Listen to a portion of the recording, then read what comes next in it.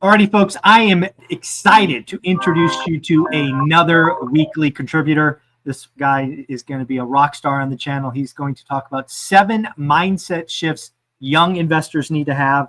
Again, we're going to bring Dylan to the show, and Dylan will be at our Vegas event. We just locked him down. I think he's going to open up day 2. But Dylan, just in the beginning, who are you? What do you do in this crazy world of real estate? And then we'll get into these mindset shifts. Yeah, appreciate the intro. I'm excited to be speaking next year. So my name is Dylan Miracle. I'm a 25-year-old real estate investor out of Central California, predominantly Fresno area. Started when I was 20, didn't know what the hell I was doing. Stayed in real estate because I met a couple of people that were my age doing it, thanks to a warm welcome from a mentor of mine. Kind of started cold calling. Was a very rough start, very much a Cinderella story. Took me 2 years to do my first deal, and started investing in a bunch of coaches. And we've scaled. When I say we, my dad and I scaled our real estate investment company to do 30 plus flips a year. We've just recently bought an apartment building, and we own just under $2 million worth of real estate today, which is pretty cool. And we've raised just shy of $4 million in private money. So it's been a fun thing. What I do now is just kind of working on scaling our fix and flip company, looking for more buy and hold opportunities, as well as I just recently started coaching people on how to talk to sellers as well too. Yeah, I think there's a lot in your story that, and it's really why I want you to be a weekly guest, because again, you didn't have this overnight success, picked up the phone call and closed the deal in 3 seconds kind of things. You had a rough 2 years. I mean, you and I bumped into each other a couple of times over the last 4 or 5 years. And I spoke to you one time when it's like you were a year and a half in and haven't done bupkis yet. And you're like, I'm still going, I'm still moving. So, sometimes you got to pay your dues, and it's so sweet when that gets done, and you can really start to see the success now 5 years in. So just remind us about those first 2 years and why you didn't give up and, go get a job as a barista or something. Yeah, that's a good question. So I was 20 years old. COVID had just happened, and I wasn't really sure what to do, and no one was hiring, and I had an internship lined up that fell through. All my teammates were kind of spending the summer just, partying and stuff, and I just didn't want to do that. My dad gave me an opportunity, and I was just making cold calls kind of underneath the bunk bed for a bit. I would come back for the summer, I'd go back to college, and then I would just do it underneath the bunk bed because I was always saving money. I was in a 2-bedroom apartment with 5 other guys, and I was borrowing my buddy's. I was in a loft, but I was borrowing his little area to work. Why I didn't stop is a good question. I just don't really have that in me. I'm not a big quitter, and I was like so frustrated. And it's not to say that I didn't want to quit. There was many times I wanted to quit. In fact, I was wrestling full time. I did have a part-time job. I was going to school full time, and I was doing cold calling on the side. So I didn't really have time to do anything else.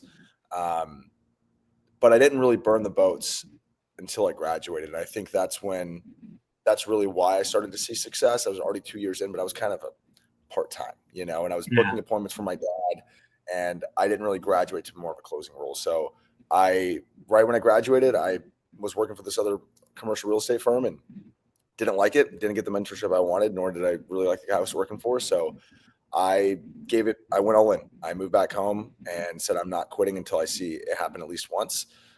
3 months later, I did my first deal and kind of haven't looked back since. That was November of 22 when I decided to go all in. And then January of 23 was when I did my first deal solo. Yeah. I've seen you do so much over the last couple of years. And I just love the fact that you're taking your skill sets and really helping the younger generation. So you just put out a post on Instagram. I would tell you everybody to follow you, talking about the 7 mindset shifts. Again, these are all aimed typically at younger investors, but I would argue lots of people need to look themselves in the mirror and see if these apply. Do you want to talk about each of the 7 real quick? Yeah, for sure. So it actually came from a bigger thing that I'd written down. Most of my content is like self-reflection that I do. So this came from a bigger push that I did. There's like 21 mindset shifts, but 7 of them is what I posted recently. The biggest one I think is action. What I had kind of said is action is the cure for overthinking. Thinking keeps you stuck, movement sets you free. This is, again, talking to a former version of Dylan that I used to be. I was the guy that was listening to all the podcasts, like Bigger Pockets was super big when, in 2020. I would be reading the books. Michael, I read your book before too. I was doing all of those things and educating myself, which there is a lot of merit to that. But the problem was that I wasn't really taking the action that I needed to be taking to actually see this be successful. The thing that I believe now that I didn't believe then is I thought you had to start with belief. Alex Hormozy has a really good quote that says like something along the lines of like shouting affirmations in the mirror doesn't really do it. It's kind of doing the thing that you said. Stacking wins is how to do it. Exactly. So for me, what I really believe now that I wish I could tell myself then is that action leads to skill and skill leads to belief. So there you go. Say that again. Action leads to skill. Skill leads to belief. There's magic in that. Yeah. And so I think a lot of people invert that and they try to start with the belief side of it. And that's been me for a long time. Like if I just tell myself enough times that I am this person, eventually I'll believe it. There is merit to that. But if nothing else and you struggle with self-doubt like I do, start with the action and just do a lot of it as many times as you can until it turns to skill. And then eventually that skill is going to turn into belief, because once you have the skill, it's hard to argue that. Yeah, you're speaking my language, because I default to action only, pretty much. I don't live any other world, right? And Chris Williams had this great line that I listened to in a podcast, and he basically listed off the things that aren't doing the thing. Listening to the podcast is not doing the thing. Reading the book is not doing the thing. Writing the goals down is not doing the thing. But, boom, boom, boom. It's like the only thing that is doing the thing is doing the thing. So go do the thing. I'm like, yes, action, move, execute. Totally. Chris Williams is the best. I love listening to that podcast. It's I probably listen to that 3 or 4 times a week. I love that quote. I totally agree. Yeah, I love that one. All right, that's one of the 7. What do you got for another one? Let's pick another one at random. Yeah. So the next piece is, and I think this is a good segue, is if they can do it, why can't I? I believe that the gap isn't talent. I think it's belief, focus, and consistency. This was, again, especially, I think this can work for anybody, but especially for the younger entrepreneurs out there. I think this is really, really important, because I remember going to the meetups and seeing some of the people that are like the mecca of our like real estate investors in the area, and thinking like they were so much older than me, way more sophisticated, way smarter. They've done more deals, like all of the things that were telling me that I didn't belong. But I heard from a mentor of mine, Jason Pritchard, for those of us that don't know him, really big guy out of this area, but he had said that, and I just kind of took it to heart, and I believe that ever since. And anytime that I do start to feel some self-doubt and I feel like I don't belong, I just try to remember that they're a normal person too. And if they can do it, why can't I? And I'll even do it one step farther. This is just easy to say for content, but I actually will try to think of, well, is there someone that was worse off than me that has done the thing way more than I have? And if someone has been worse off, then I have no reason to say that I can't do it. I love that. I mean, that's actually why I wrote my second book, 15 Conversations with Real Estate Millionaires, because again, my story is my story. Yeah. But I want to go out and capture all these other stories, because again, real estate investing, there are so many ways to become a millionaire and a multimillionaire and achieve financial freedom, that I had to go collect 15 different stories, of which Jason Pritchard is one. I think he's him and Jen, right? To give his wife credit as well. I think they're chapter 13. He got an amazing story, right? Burned the boats, left the job, took a year to do anything, and it's there. So, the other thing is, it's funny you bring this up, because I actually just posted this the other day. It's on Instagram. It says, we don't have to be smarter than the rest. We need to be more disciplined than the rest.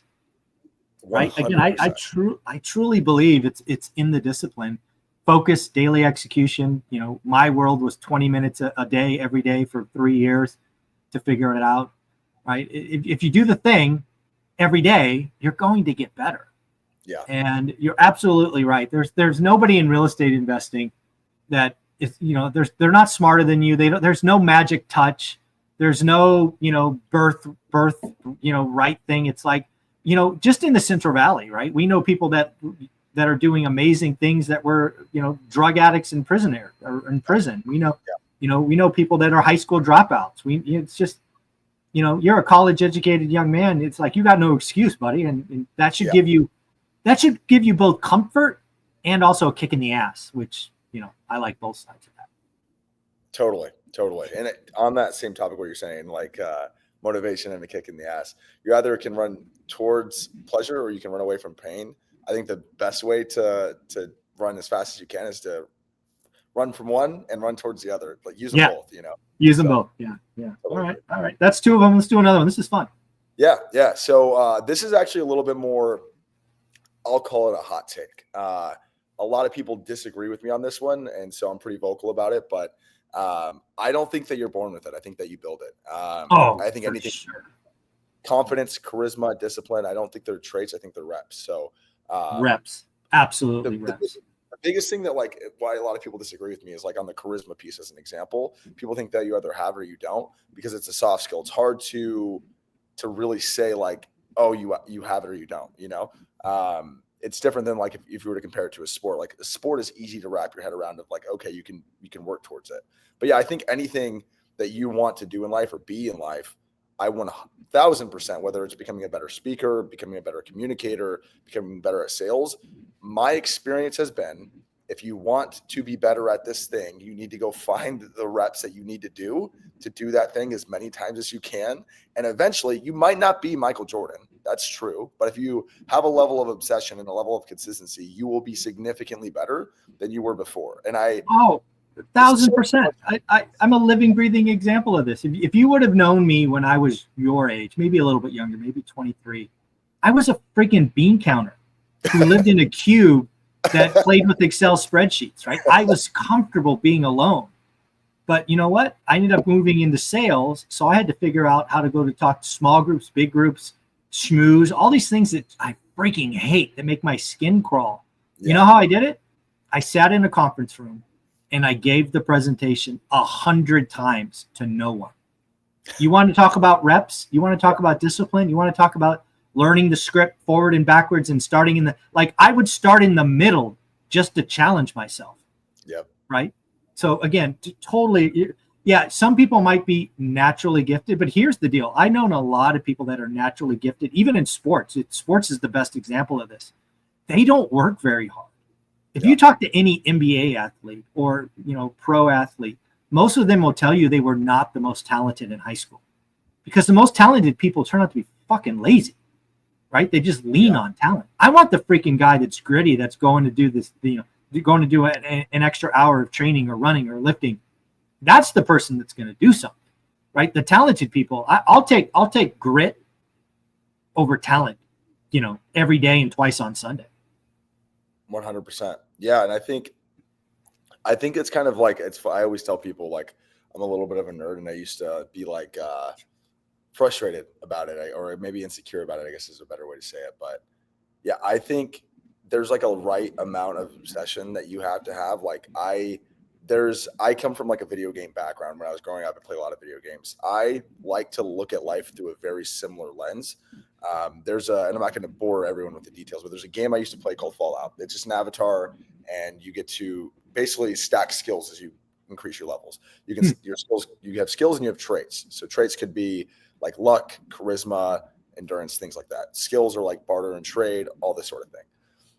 I think if people looked at life through a similar lens, that they're just an avatar in a video game and whoever they want to be, if that person's 5 years out, what skills does that kind of person have? And so if it's storytelling, if it's sales, if it's raising money, if it's real estate, whatever that insert X thing is for you, then I think that you go pay someone that knows that skill that you don't, or you take so much action that it'd be unreasonable to think that you would not know how to do it, or you read books or you listen to podcasts. Like that's the way. The fastest way is to pay someone that knows how to do it. The slowest way is to take as much action as you can.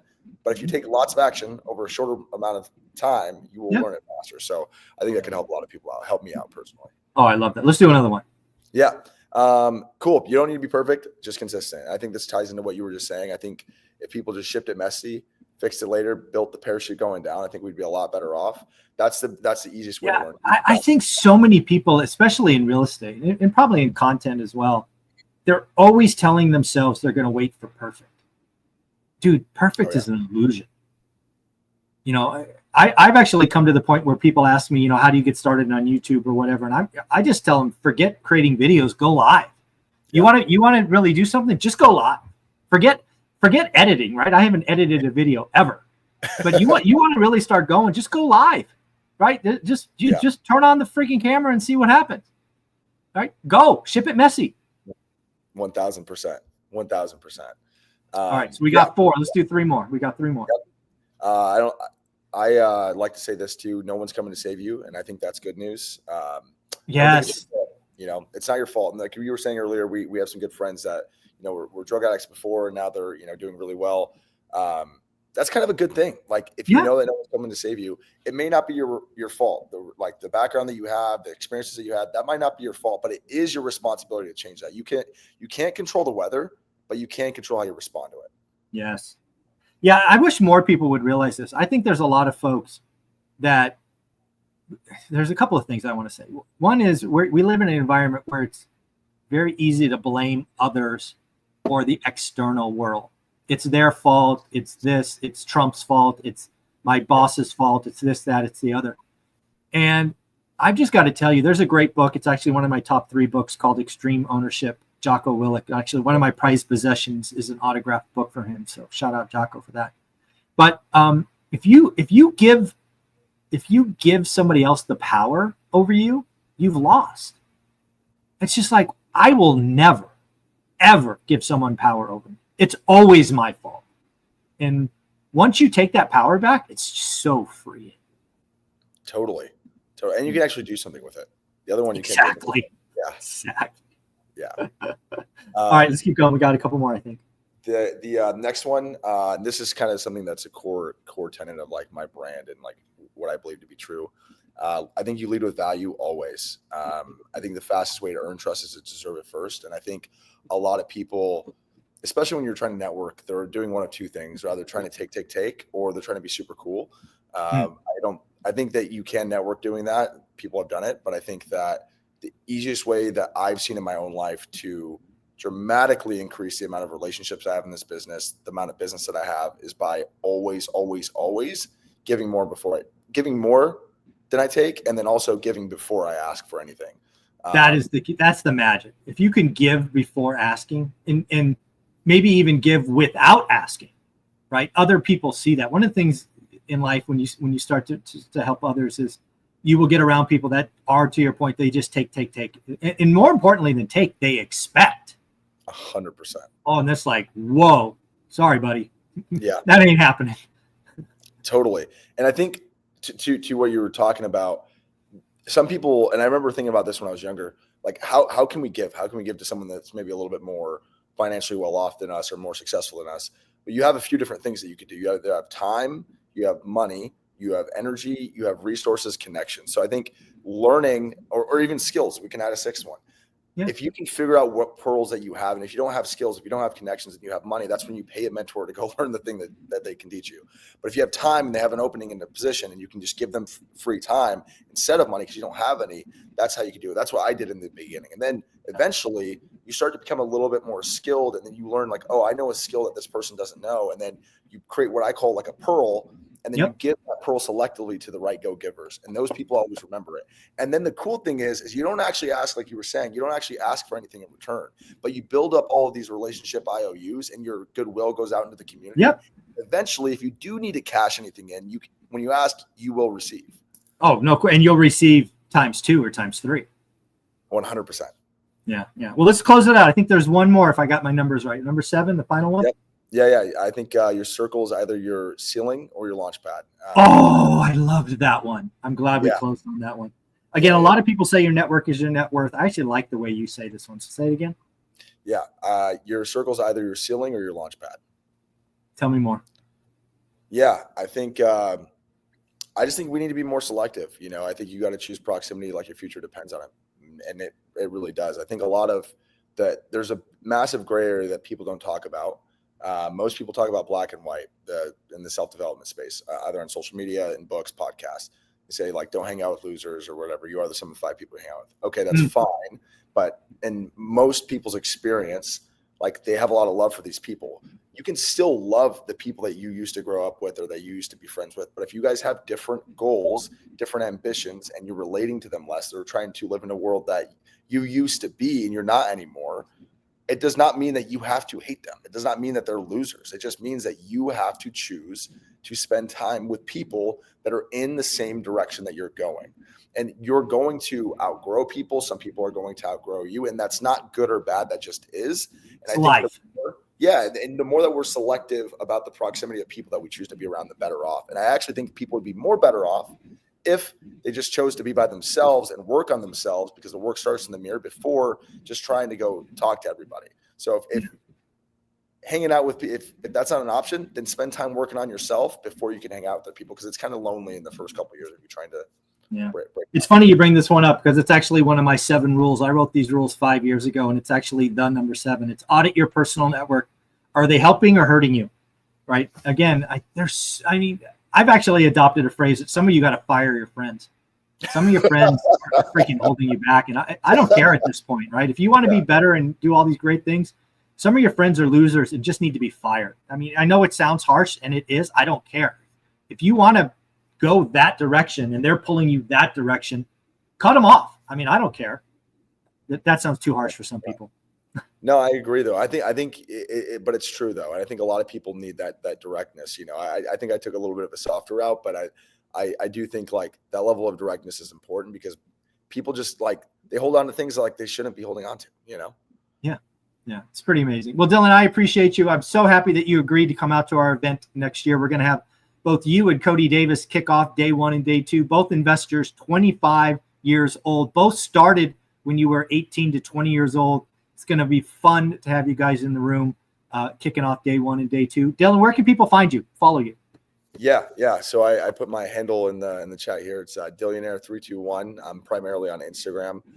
That's the easiest way for people to find me. I post lots of social media content. I'm trying to help new investors and entrepreneurs. I also help coach people on how to do it too. So if you guys are interested, feel free to tap in and exchange some DMs. Do me a favor, folks. This is his first time on the channel. He's going to be coming back each and every week. Follow him on IG. Send him a note saying, thank you for being here. I would appreciate it. Dylan, you're amazing, man. Take care. Awesome.